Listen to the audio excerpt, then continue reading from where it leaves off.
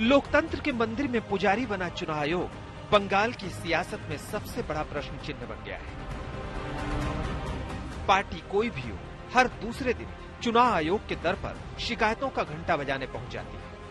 हिंसा, ईवीएम, बयानबाजी, रैली में ना जाने कितनी फरियाद चुनाव आयोग तक पहुंची है और जब एक्शन होता है तो वो बंगाल के सियासी आग में भी घी का काम करता है। यदि अपना एनआरसी ना चान, एनपीआर ना चान, क्या ना चान, বাংলায় হিন্দু মুসলমান ভাগ করতে না চান, সংখ্যালঘু ভাই বোনেরা আমার, ওদের একটা ভোটও দেবেন না, ওদের একটা ভোটও দেবেন না, ওদের একটা ভোটও দেবেন না। रायदिघी की जनसभा में मुस्लिम वोट न बंटने की ममता की अपील चुनाव आयोग को हजम नहीं हुई। बीजेपी की शिकायत के बाद चुनाव आयोग एक्शन में आ गया। ममता को नोटिस भेजकर 48 घंटे के अंदर जवाब मांगा। पूरे चुनाव के दौरान आयोग पर निशाना साधने वाली दीदी इस बार भी चुप नहीं रही। ममता ने नोटिस को बीजेपी और चुनाव आयोग की मिलीभगत बता डाला। बीजेपी কাজ একটাই, বলছে যেমন করে মানুষ তোকে ভোট দিয়ে দেবে, মানুষকে ভোট দিতে আটকাও, চমকাও, ভয় দেখাও। এই আবার কি গুন্ডাগিরি করছে?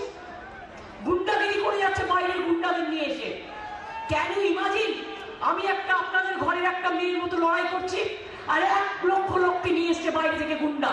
1 লক্ষ গুন্ডা এসছে আর গুন্ডা এসে 1 লক্ষ লোক আমার সাথে পারে না লড়াই করতে। লজ্জা নেই, ঘৃণা নেই, ভয় নেই। ममता के मुस्लिम कार्ड पर पीएम मोदी ने भी हमला किया था। मोदी की टिप्पणी के बाद मुद्दे को हवा मिली और बीजेपी ने चुनाव आयोग का दरवाजा खटखटाया। हाल ही में आपने कहा कि सभी मुसलमान एक हो जाओ, वोट बंटने मत दो।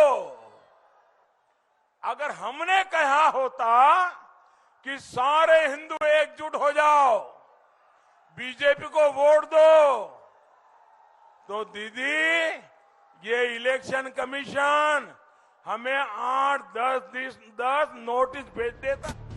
अब चुनाव आयोग के नोटिस पर टीएमसी और बीजेपी में ठन गई है। आरोप प्रत्यारोप का दौर जारी है और कटघरे में आयोग खड़ा है। हमने अफसोस जताया पार्टी की ओर से कि हमने 1,500 कंप्लेन किया, उनमें से सिर्फ 3 हमको जवाब मिला है कि क्या निर्णय चुनाव आयोग ने लिया।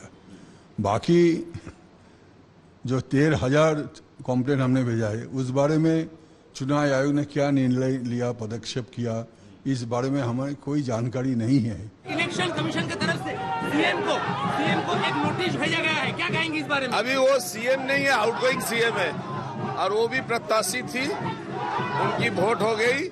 उन्होंने इलेक्शन का दायरे पे रह के चलना चाहिए था, उन्होंने सब कुछ भूल चुकी है।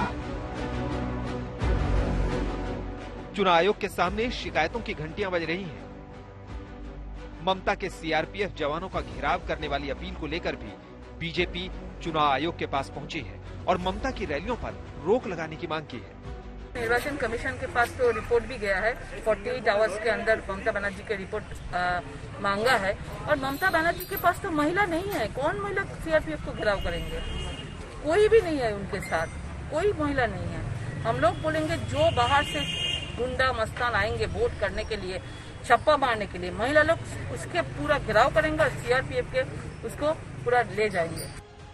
नेताओं की बयानबाजी हो या फिर हिंसा, पश्चिम बंगाल की सियासत में धब्बे गहरे होते जा रहे हैं।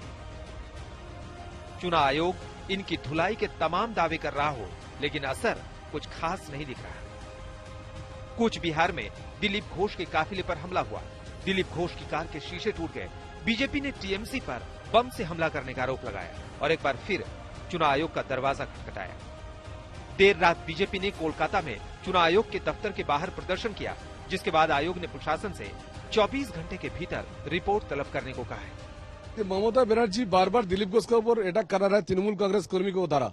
हम लोग चाहते हैं जो आज टेररिस्ट है, आज जो ममता दिलीप घोष के ऊपर आक्रमण किया है उसी को अरेस्ट होना चाहिए और ममता बनर्जी को भी अरेस्ट करना चाहिए, क्योंकि उसका जो भाषण दे रहा है वो भाषण में जाति पात का बात करते हैं।